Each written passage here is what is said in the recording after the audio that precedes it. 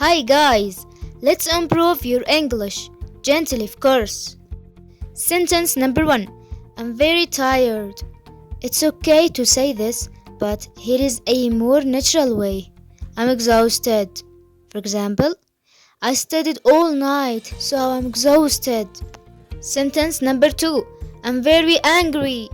This one is common, but we can make it stronger. I'm furious. For example, I'm furious because he lied to me. Let's continue, guys. Sentence number 3. It's very cold. Let's try something more natural. It's freezing. For example, it's freezing outside. Take a jacket. Sentence number 4. I'm very happy. It's fine to say it, but here is an advanced way. I'm delighted. For example, I'm delighted to see you again. And the last one is I'm very surprised versus I'm shocked. For example, I'm shocked by the news.